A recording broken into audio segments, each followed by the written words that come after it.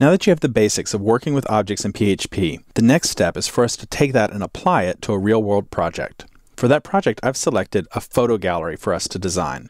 And what I'm thinking of is websites like Flickr, for example, where you're able to display a lot of different photos online. People can view them, they can comment on them, that kind of thing. Of course, we're not going to be as full-featured as those kinds of sites, but this would be something that you could potentially showcase your own photographs to friends and family and continue to improve it till it did have a lot more features. So the way I'm thinking about this project is that there'll be two parts. There'll be a public side and a private side. The public side will be available to our site visitors. The admin side will require a password for people to get in. The public side will have an overview of all the images in the gallery. And if we have more than, let's say, 10 or 20 images on a page, we want to have pagination, which would mean that we would have a link that says next, and that would let us get the next 10 or 20 images.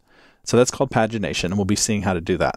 And then, of course, if you click on any of the images, you would get a full-size image view, and we're going to let our site visitors comment on our photos as well. So there'll be a simple web form where they can post comments about the photographs. In the admin area, of course, we're going to need to have a login area and that functionality. We saw how to do that in the essential training. We'll look at that again from an object-oriented perspective and create admin users so that we have users who can log in. The ability to upload images, that's how we'll get our photographs in there, and of course delete images, and then we'll also want to be able to review and delete comments as well. So that's an overview of sort of the main functionality that I have in mind. We might add a few other features as we're going through, but that'll be the core of our photo gallery. Now let's think about it from an object-oriented perspective. What objects are we going to be needing inside of this project? A good rule of thumb is any database table that you have is going to have an object associated with it. So we know we're going to have users, we're going to have photographs, and we're going to have comments. So we're going to need 3 objects, one for each of those. And creating a new user would then let us ask it for its first name and last name, for example. Or for a comment, we could ask for its post time. That's all object-oriented. Now, what might not be as obvious to you are some of the other objects that we're going to be using. One is going to be database, and we're going to have a single object that's going to manage our connection to the database. And we'll talk about why that's a good idea.